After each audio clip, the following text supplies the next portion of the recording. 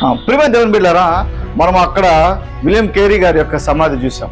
ఇది William Carey గారితో ఉన్నటువంటి ఇంకొక మిషనరీ ఎవరంటే విలియం వార్డ్. ముగ్గురు వచ్చారనమాట. విలియం కేరీ, మార్షల్ వార్డ్ అనమాట.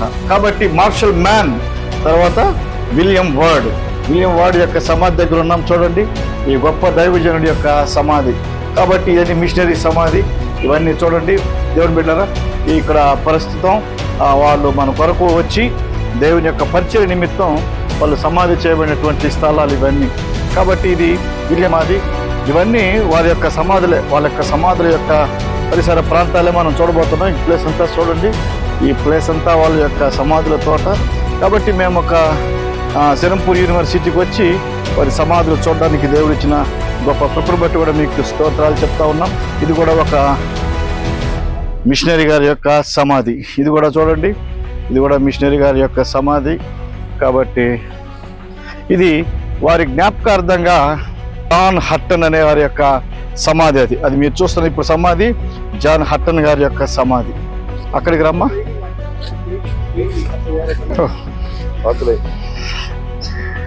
క్రీస్తు ప్రియమైన దేవుని బిడ్డారా, మనం కలకటాలో ఉన్నటువంటి విలియం కేరీ గారి యొక్క సమాధి తోటకు వచ్చి ఉన్నాం. ఇక్కడ వాళ్ళతో పాటు ఉన్నటువంటి అన్ని యొక్క మిషనరీస్ యొక్క సమాధిని మనం చూస్తూ ఉన్నాం.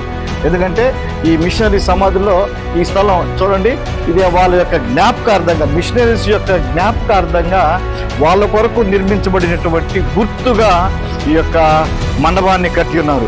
లోపలికి వెళ్తే వాళ్ళ పేర్లంతా మనకు కనబడుతుంది. ఒకసారి రండి ప్రియమైన దేవుని బిడ్డారా, చూడండి వాళ్ళ పేర్లు. ఆర్థర్ దొరగారు కానివ్వండి, మార్ష్ దొరగారు కానివ్వండి, కేరీ అండ్ వార్డ్. ఇక్కడ కేరీ వార్డ్ అని ఉంది చూడండి ప్రియమైన దేవుని బిడ్డారా. జోషువా మార్ష్ మ్యాన్ ఒక ఆయన ఉన్నాడు. కాబట్టి వాళ్ళ యొక్క భార్య చూడండి, అన్నా లిడియా, వాళ్ళ యొక్క భార్య పేరు కూడా ఉంది. ఇవన్నీ వాళ్ళ జ్ఞాపకార్థంగా వాళ్ళకి ఈ యొక్క సమాధుల యొక్క మంటపాన్ని నిర్మించడం జరిగింది. నిజంగా నా జీవితంలో కూడా ఇలాంటి ఒక సన్నివేశం చూస్తానని ఊహించలేదు. కానీ ఇది దేవుడిచ్చిన కృపని నేను భాగ్యంగా ఎంచుకుంటున్నాను.